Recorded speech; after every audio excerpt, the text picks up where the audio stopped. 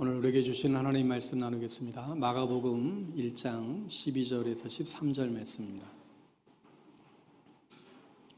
신약성경 마가복음 1장 12절 13절.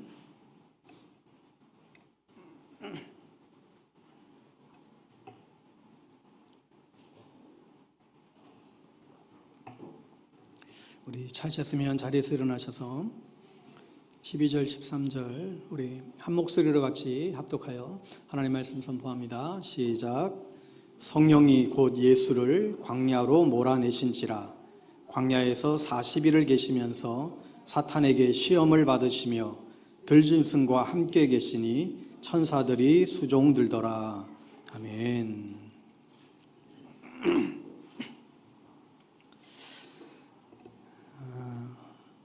광야의 영성, 선교적 영성 네 번째 시간 하나님 말씀 나누기 원합니다. 우리는 계속해서 지금 선교적 교회를 다루면서 우리의 신앙생활이 교회 안에서만 머무는 것이 아니라 모든 교회 구성원들이 각자의 삶의 자리에서 선교적 삶을 살아내는 선교적 교회야말로 성경에서 나타나는 본질적 교회임을 우리가 배우고 있습니다. 그런데 우리가 부딪히며 살아야 될 이 세상은 어떻습니까? 너무나 많은 고통과 아픔, 또 영적인 갈등과 씨름, 무한한 이 경쟁, 세상은 더욱더 강팍해지고 외롭고 고독해지고 가고 있습니다. 어떻게 이런 세상 속에서 각자에게 주어진 삶의 영역에서 하나님의 나라를 세워갈 수 있을까라는 이 문제는 사실 결코 쉬운 일은 아닐 것입니다. 부끄럽게도 이미 우리는 세상 가운데에서 성도, 거룩한 백성으로서의 세상과 구별된 삶을 상실한 채 우리는 이미 지금 부끄러운 세상의 조롱거리가 되었습니다. 하지만 이제 다시금 우리의 하나님 나라의 백성의 정체성, 너희는 택하신 족속이요 왕같은 제사장들이요 거룩한 나라요 그의 소유된 백성이라고 하는 이 정체성을 분명하게 인식하고 여러분의 삶의 현장에서 정말 하나님의 말씀에 순종하는 자들을 통하여 다시금 하나님의 나라는 회복될 것이라 분명히 믿습니다. 광야와 같은 생활 속에서도 우리가 복음의 능력을 가지고 선교적인 삶을 살아갈 때에 세상을 변화시키는 놀라운 일들이 우리를 통하여 우리로부터 시작될 것이라 분명히 믿습니다. 이런 차원에서 오늘 우리가 어디에 서 있든지 그것이 하나님의 나라를 세우기 위해서는 광야의 영성이 중요하다는 생각을 오늘 해보게 됩니다. 여러분, 성경을 통해서 성경이 말하는 광야는 어떤 하나의 장소나 지리가 아니라 특별한 영적인 의미가 담겨져 있음을 우리는 알게 됩니다. 성경에서 나타나는 이 광야의 네 가지의 영적인 의미를 우리가 살펴볼 수 있는데, 첫째는 광야는 하나님을 만나는 장소입니다. 여러분, 신앙의 사람들을 보면 대부분 그들이 하나님을 만난 장소가 다 광야였습니다. 아브라함도 그랬고 이삭도 그랬고 야곱도 그 안락한 그 가정을 떠나서 광야에서 돌베개를 자고 그 야밤에 처음 주님을 만났고, 모세도 애굽의 화려한 그 궁궐이 아니라 광야에 머물다가 떨기나무 가운데에서 하나님을 경험했고, 다윗도 왕이 되기 전 10년 동안 그 광야에서 도피 생활하면서 그 광야의 들판에서 하나님을 경험했고, 예수님도 공생애를 시작하기 직전에 앞서서 40일 동안 광야에서 생활을 했습니다. 바울에게도 다메섹 도상의 회심 사건 이후로 그는 아라비아 광야에서 3년 동안 광야의 경험을 가졌습니다. 여러분, 이 밖에도 수많은 성경의 사람들, 믿음의 위인들은 광야에서 하나님을 만났다라는 거예요. 그렇다면 오늘날 우리에게 광야는 어떤 의미입니까? 무엇보다 광야는 하나님을 만나는 장소입니다. 오늘 여러분 중에도 홍대가 광야와 같은 산 가운데 나 홀로 내팽개져 있고 홀로 외롭게 싸우고 지낸다고 느껴진다라고 한다면 그곳이 하나님을 만나는 장소임을 여러분 놓치지 마시기를 바랍니다. 두 번째로 광야는 하나님과 동행하는 곳입니다. 여러분, 이스라엘 백성들이 출애굽 이후 무려 40년을 광야에서 보냈습니다. 그런데 그 광야의 40년이 어떤 시간이었냐고 한마디로 묻는다라고 한다면 그 광야 40년은 이스라엘 백성들이 하나님과 동행하는 시간이 되었다는 거예요. 광야는 하나님과 동행하는 곳입니다. 사실 광야는 인간적으로 의지할 것이 아무것도 없는 것이죠. 그러니 하나님만 바라볼 수밖에 없는 곳이 광야예요. 그래서 누군가 광야에서 살아남았다라는 이야기는 하나님과 동행했다라는 이야기와 같습니다. 세 번째로 광야는 훈련받는 곳입니다. 이스라엘 백성이 출애굽한 이후 바로 가나안으로 들어가지 않고 40년 동안 광야에서 뺑뺑이를 돈 이유가 어디 있습니까? 이스라엘 백성들이 열방 가운데에서 제사장 나라로 정말 선지자 나라로 세우기 위하여 준비시키기 위한 거예요. 그러니 광야는 영적으로 우리를 준비하는 곳이죠. 그런 의미에서 다윗이 이스라엘의 왕이 되기 전에 10년 동안 광야로 하나님이 내몰고 가셨습니다. 하나님이 그렇게 하신 것이죠. 모세도 40년의 시간을 광야에서 훈련받았고 그 40년의 광야 생활 속에서 그 못된 성질이 다 죽은 다음 나이 80이 되어서 이스라엘의 지도자로 다시 부르셨던 것을 우리는 기억합니다. 성경에 나오는 믿음의 사람들은 모두 광야를 통과한 사람들이에요. 이들에게 있어서는 광야는 결코 어떤 고통과 어떤 형벌의 장소가 아니라 이들에게 있어서 광야는 결코 헛된 그 시간을 허비하는 시간이 아니었죠. 이들 모두는 다 광야가 만든 사람들이었습니다. 요한계시록에도 보면 광야는 교회를 준비시키는 곳으로도 묘사되고 있습니다. 계시록 12장 6절에 보면 그 여자가 광야로 도망가매 거기서 1260일 동안 양육하기 위하여 하나님이 예비하신 곳이 있더라.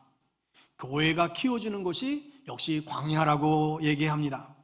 광야는 어렵고 우리의 인생에 굉장히 힘든 한 인생의 한 과정일 수도 있고 고통스러운 우리의 삶의 한 현장일 수도 있죠. 그러나 광야의 생활은 하나님을 의지하게 만들고 우리의 마음을 겸손하게 만들어요. 광야 생활이 우리에게 주는 최고의 축복은 하나님과 더 가까워지게 만드는 데 있습니다. 그렇기 때문에 우리 하나님은 가끔 우리가 감당할 수 있을 수준에서 광야를 통과하는 경험을 하게 하십니다. 사람들의 혈기나 고집, 교만, 탐욕, 이 못된 성품은 여러분 절대로 안락한 상태에서는 이게 고쳐지지 않습니다. 그냥 편안한 상태에서 내 못된 성질이 바뀌어진다? 그런 일은 일어나지 않아요. 그렇기 때문에 하나님께서는 이 변화와 성숙을 위해서 우리로 하여금 이 광야의 경험을 하게 하십니다. 그렇기 때문에 여러분 네 번째로 광야는 하나님의 메시지가 들려오는 곳입니다. 광야는 하나님을 만나는 곳이고 하나님과 동행하는 곳이고 하나님과 이미 우리를 준비시켜 주시는 곳이고 또한 그곳에서 하나님의 메시지가 들려지는 곳입니다. 선지자들도 광야에서 하나님의 말씀을 들었어요. 첫 선지자라고 얘기할 수 있는 모세도 그 광야에서 하나님의 메시지를 받았고 엘리야 선지자도 호렙산 그 광야에서 하나님의 음성을 들었고 세례 요한도 이런 광야에서 하나님의 말씀을 듣는 훈련을 했습니다. 하여 우리도 하나님의 말씀을 듣고자 하면 세상 사람들의 말이 들리지 않는 광야로 나아갈 필요가 있습니다. 광야에서는 자연스럽게 우리 자신의 내면으로 시선을 향하게 되고 하나님만 바라보게 되죠. 이러한 광야 생활의 유익으로 인해서 정말 하나님을 갈망하는 사람들은 스스로 광야로 나아갔고 광야에 거하면서 하나님의 임재를 경험하는 깊은 영적인 체험들을 추구하고는 했습니다. 그러므로 여러분들도 광야를 지나가며 여러분 낙심하지 말고 광야를 통해 은혜를 베푸시는 하나님을 기억하고 승리할 수 있게 되기를 축원합니다. 오늘 본문 말씀도 예수님께서 세례를 받으시고 나서 성령의 인도하신 가운데 광야로 나가시는 그런 이야기죠. 마가복음은 굉장히 아주 그냥 단축해서 표현을 하고 있지만 그 안에 많은 이야기들이 담겨져 있습니다. 거기서 40일 동안 계시면서 금식하고 기도하는 가운데 사단에게 시험받으며 계셨습니다. 특이한 것은 마가복음에서는 예수님께서 광야에서 금식하고 기도하고 이런 내용들을 의도적으로 좀 나타나지 않고 또 하나의 중요한 메시지를 보여주고 있는데 바로 이것이 광야의 영성입니다. 이 마가 기자는 예수님이 금식과 시험받는 일과 함께 더불어서 광야의 영성을 보여주고자 한 것이죠. 여러분 그 당시 로마 제국이라고 하면 정말 뛰어나고 화려한 아주 강력한 문화 속에서 정말 그 환경에 빠져들 수밖에 없는 상황에서도 거기에 물들지 않고 그들의 핍박 가운데 굴하지 않고 굳건히 신앙을 지키는 성도들을 위해서 진정 필요한 것은 광야의 영성이라는 거예요. 성도 여러분, 이 광야의 영성은 미혹하는 이 세상에서 성도가 성도답게 자리를 지키기 위해서 꼭 필요한 이야기입니다. 부인하는 이 포스트 모더니즘 이 시대를 살아가고 있는 오늘 이 시대 속에서 세상의 가치에 저항하고 신앙인의 정체성을 지키며 승리하는 삶을 살기 위해서는 반드시 이 광야의 영성을 우리가 소유해야만 할 것입니다. 여러분, 우리가 매주일 교회 와서 예배드리고 있지만 우리의 삶의 터전은 교회가 아니라 여러분 세상이고, 우리의 싸움의 터전은 우리의 삶의 현장이기 때문에 그렇지요. 그래서 주일날 교회 와서 예배를 통해 은혜를 누리고 하나님의 안아주심을 우리가 경험하고 다시 세상에 나가 싸워 이길 수 있는 그 힘을 재충전받고 세상으로 파송되어져야 되기 때문에 우리는 절대적으로 이 광야의 영성이 우리는 소유해야만 합니다. 그렇다면 이 광야의 영성이 무엇입니까? 크게 두 가지를 말할 수 있는데, 첫째는 성령님께 강하게 이끌림을 받는 거예요. 성령님께 강하게 이끌림을 받는 게 광야의 영성입니다. 사람의 생각이나 어떤 상식을 뛰어넘는 성령님의 역사 앞에서 사실 어떤 때는 내 감정과 내 경험이 용납되지 않는 일도 일어나지만 기꺼이 성령님께 순종하며 나아가는 것이 광야의 영성입니다. 오늘 본문 12절에 보시면 성령이 곧 예수를 광야로 몰아내신지라 그랬어요. 성령님께서 예수님을 광야로 그냥 잘 인도한 게 아니라 그냥 몰아냈다 그랬어요. 이 몰아냈다라고 하는 에크발로라고 하는 단어를 쓰고 있습니다. 여러분, 이 에크는 안에서 밖으로 떨어져 나간다는 거예요. 발로는 우리나라 말 표현 그대로 발로 쳐 나가다는 뜻이요. 여러분, 그러니 성령이 예수님을 그냥 발로 뻥 차듯이 광야로 내쫓았다는 거예요. 왜 그랬을까요? 이해하기 어렵습니다. 또한 이 단어는요, 보통 귀신을 쫓아낼 때 쓰는 단어예요. 귀신을 쫓아내다, 이게 에크발로예요. 성령께서 마치 귀신을 내쫓듯이 예수님을 광야로 내쫓아 광야로 집어넣었다는 거예요. 때문에 광야는 절대로 인간 스스로는 갈 수가 있는 곳이 아닙니다. 광야는 나의 선택이나 그냥 우연하게 이르는 자리가 아니라 하나님이 보내신 자리예요.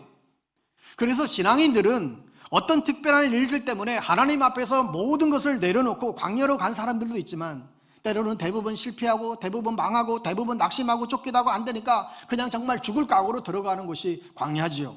여러분, 그러나 신앙인들은 그곳에서 무엇을 발견하게 됩니까? 정말 이 힘든 자리에서, 고독한 자리에서, 낭망스러운 자리에서, 이 지긋지긋한 그 가난 속에서, 어떤 건강의 문제나 어떤 불명예스러운 그런 일들 속에서 나를 이 낮은 곳으로 인도한 것을 알고 보니까 그것은 어떤 실패나 어떤 절망이 아니라 성령님께서 나를 세우시려고 보내셨다는 것을 인정하게 되는 것이죠. 그게 신앙의 사람들입니다. 마치 독수리가 그 새끼를 그 낭떠러리에서 막 밀어 그냥 인정하고 받아들이는 것, 이것이 광야의 영성입니다. 이러한 광야의 영성을 많은 믿음의 선배들과 신앙인들은 이것을 성령님께서 강권적으로 역사하셨다, 이런 표현으로도 쓰기는 했습니다.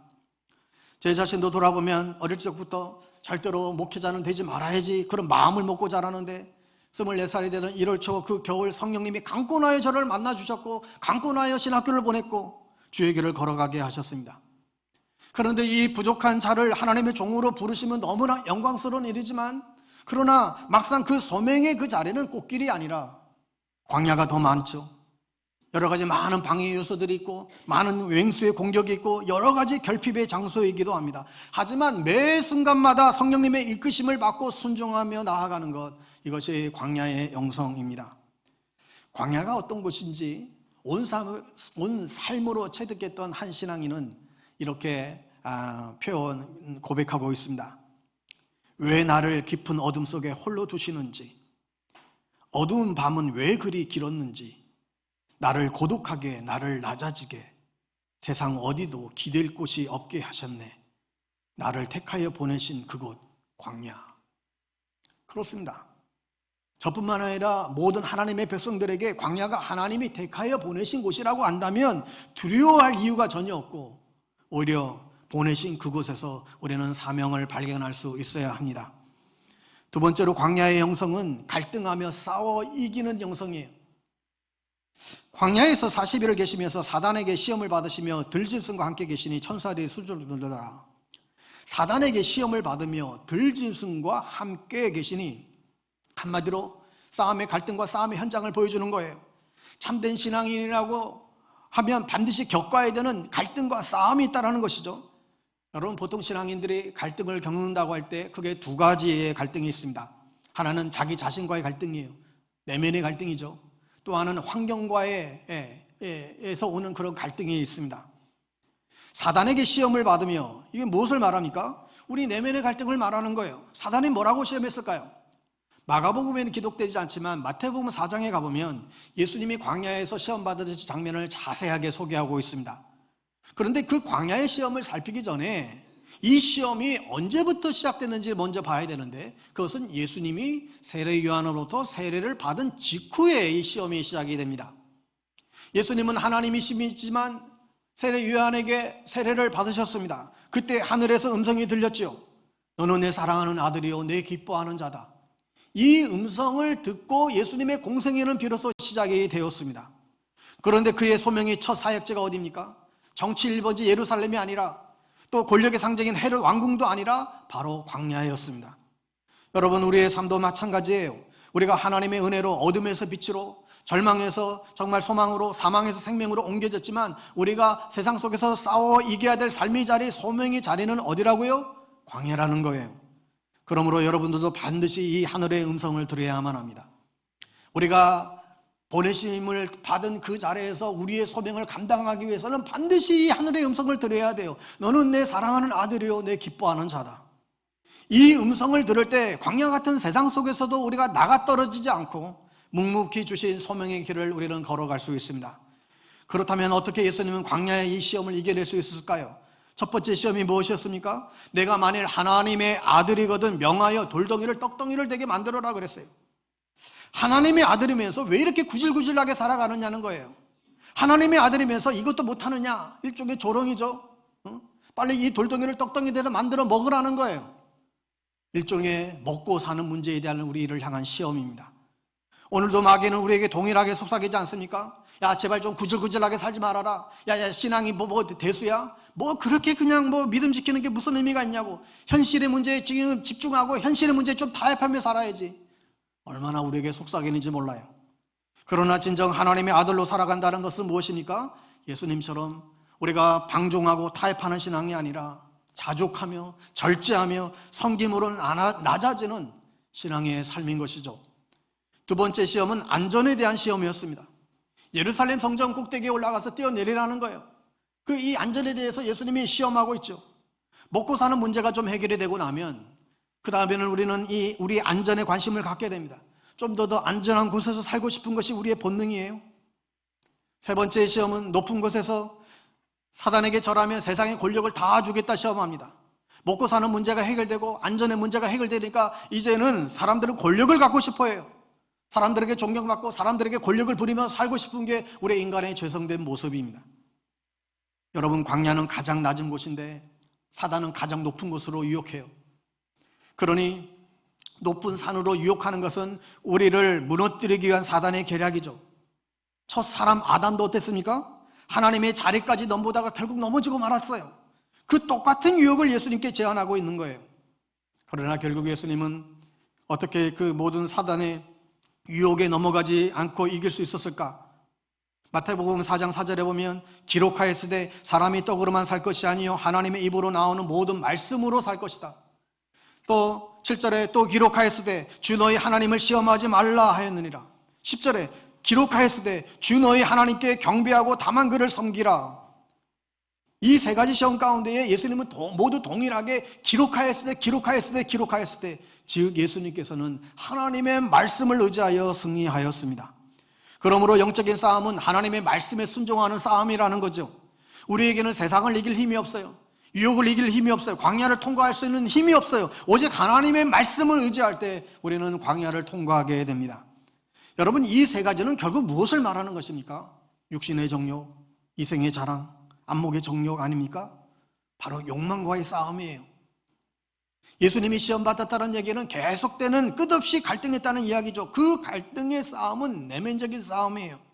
이 내적 갈등이란 이 내면 속에서 자기 자신과 계속 싸워나가 이겨가는 것을 말합니다. 육신의 정욕과 안목의 정욕과 이생의 자랑이라고 하는 이 자기 욕망과의 싸움, 외로움과의 싸움, 세상에 나 혼자밖에 없는 이 절대 고독과의 싸움, 아무도 내 편이 없다라고 하는 그런 싸움, 이런저런 욕망과의 싸움은 끝이 없어요. 그러므로 우리는 매 순간 성령님께 순종하고 분초마다 우리의 자아를 날마다 죽여야 합니다. 십자가 앞에서 날마다 자기 자신을 죽여야 하는 것이죠. 나는 오늘도 죽었습니다. 우리의 이 죽음의 고백을 통해 하나님은 우리에게 은혜를 내려주십니다. 강함의 비결은 내가 약해지는 데 있는 것이고 주님의 강함이 나를 쓰시도록 하는 데 있습니다. 광야 같은 생활 속에서, 세상 속에서, 이 시험과 갈등 속에서 여러분, 자유로운 사람은 아무도 없지요. 아무쪼록 늘 말씀을 묵상하고 그 말씀에 의지하며 매일매일 자기 자신과의 싸움에서 뒤로 물러서지 않고 시험에서 승리할 수 있게 되기를 바랍니다.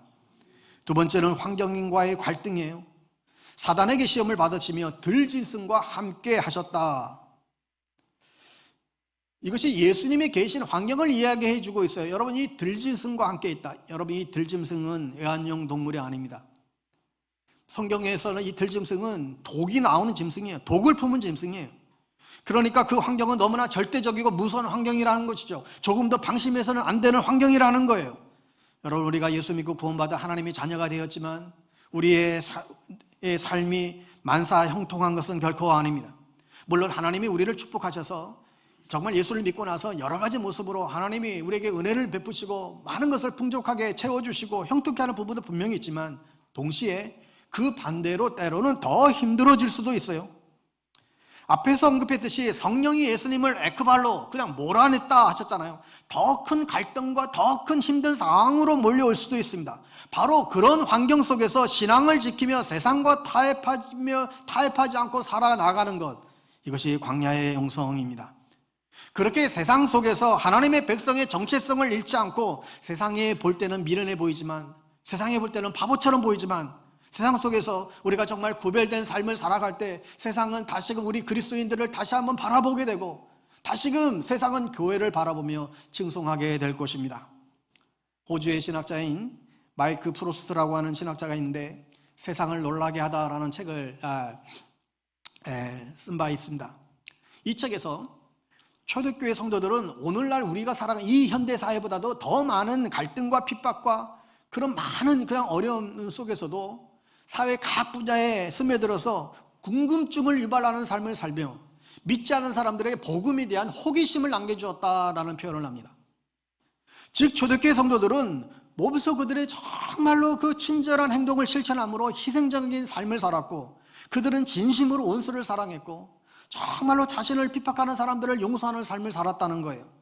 자신들이 풍족하지 않는 삶을 삶에도 불구하고 자기보다도 더 어렵고 힘든 자들을 위해서, 가난한 자들을 위해서 자신의 것을 다 나누는 삶을 그렇게 살아왔어요. 이런 초대교회 성도들의 삶을 보고 세상 사람들은 저들은 도대체 누구지? 이런 궁금증을 자아냈고 사회 전체는 이 초대교인들의 이들의 삶의 영향을 받게 되었다는 것입니다. 여러분, 실제로 이 초대교인들의 삶의 영향이 얼마나 놀라웠는지 이 기독교를 그 당시에 엄청나게 핍박했던 로마의 율리우스 황제는 기독교인들이 로마 제국을 장악할까 봐 두려워했다고 합니다. 또한 초대교회 성도는 그야말로 로마가 깜짝 놀랄 만큼 아름다운 사랑의 공동체를 이루어갔습니다. 정말 그 공동체에 들어가면 정말 사랑으로 가득했으죠.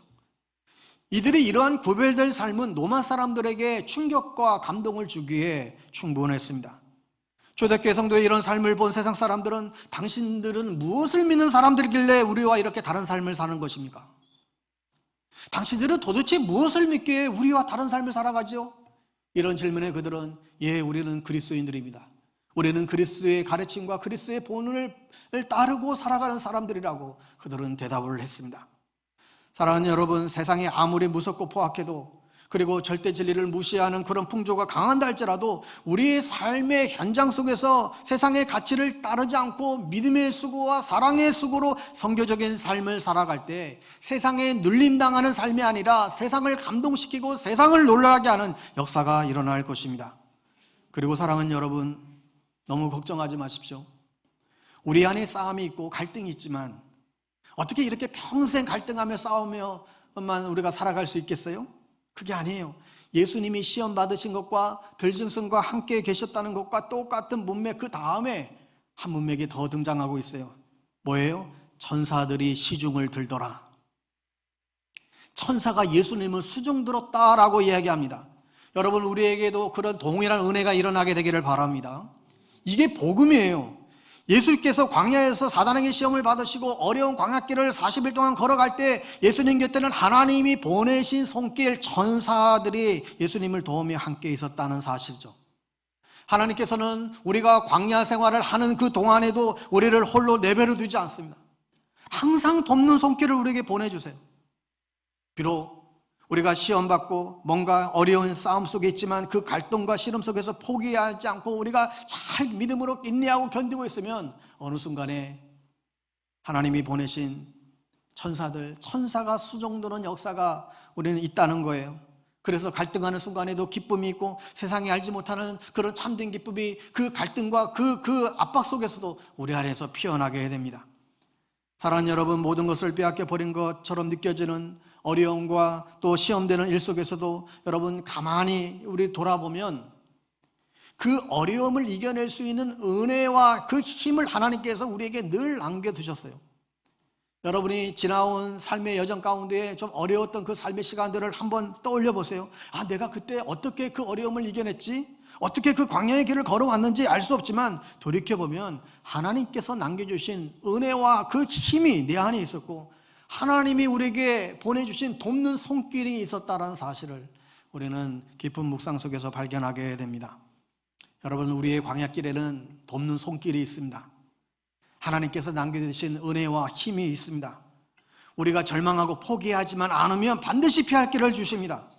하여 우리는 직면하는 이 광야와 같은 현실 속에서도 하나님의 도우심의 손길이 반드시 있음을 믿고 의지하고 나아가시기를 바랍니다.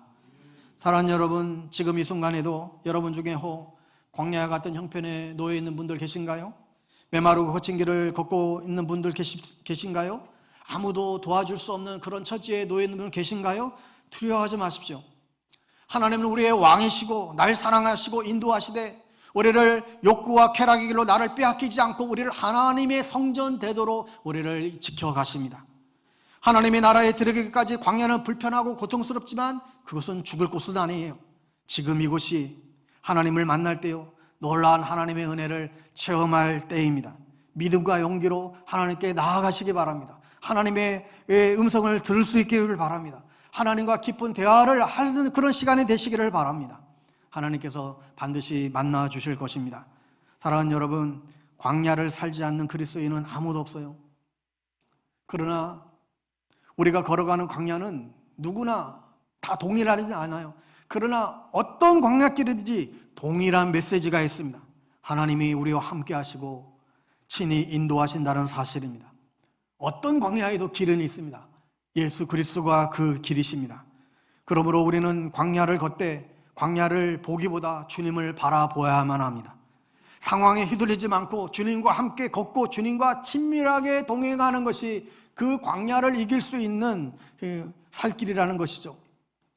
혹 여러분 안에 지금 내 삶은 아무런 문제가 없고 내 삶은 그냥 편안하고 그냥 풍요 가운데 계신 분이 계신가요? 여러분, 그렇다면 일부러라도 공간을 잘라내요 모든 집착을 정말 버리고 홀로 하나님을 만날 수 있는 작은 광야를 만드세요. 하나님과 나만의 영적인 시간과 공간을 여러분 확보하십시오.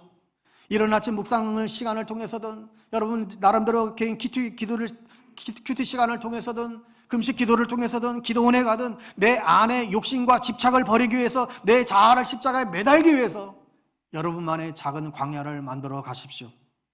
그것이 타락하지 않고 세상에 물르지 않는 길입니다.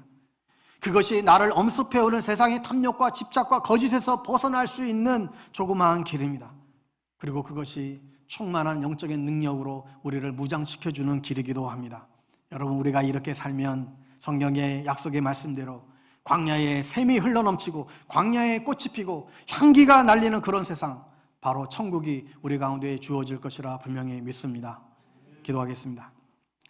하나님 아버지, 오늘날 이 시대에 광야의 영성이 얼마나 필요한지 모릅니다. 이 시간 광야의 유익을 알게 하시고 기꺼이 광야의 길을 걸어가게 해주셔서 감사합니다. 광야의 길을 걸어갈 때에 감당할 수 있는 은혜를 주시고 광야의 영성으로 저희들을 무장시켜 주셔서 더욱 큰 영적인 성숙과 성장들이 우리 안에 일어날 수 있도록 은혜를 더하여 주시옵소서. 예수님의 이름으로 기도합니다. 아멘. 우리 함께 찬양으로 고백하겠습니다.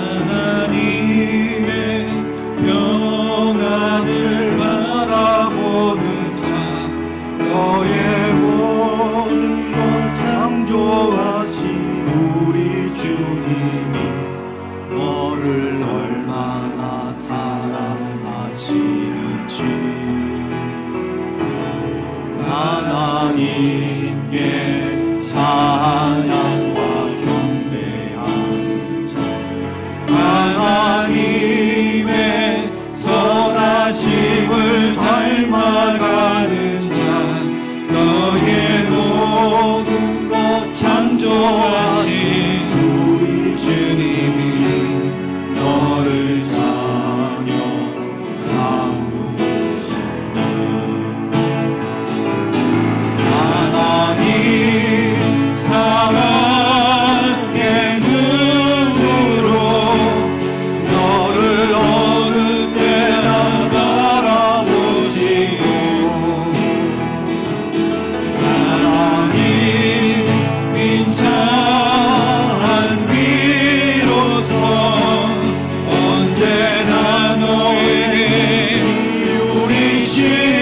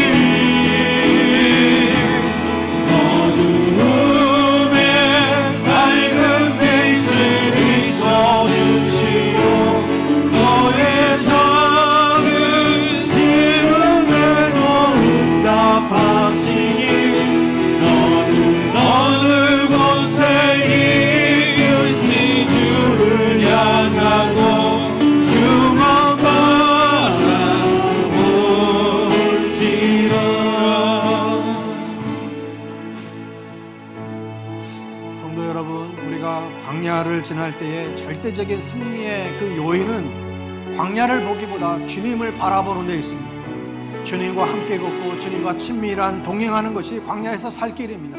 성령님의 이끄심을 받고 살아가는 것이 광야에서 살 길입니다. 이 세상의 가치와 타협하지 않고 하나님의 나라의 가치를 붙잡고 주님 바라보며 살아가는 것이 우리가 승리하는 길입니다.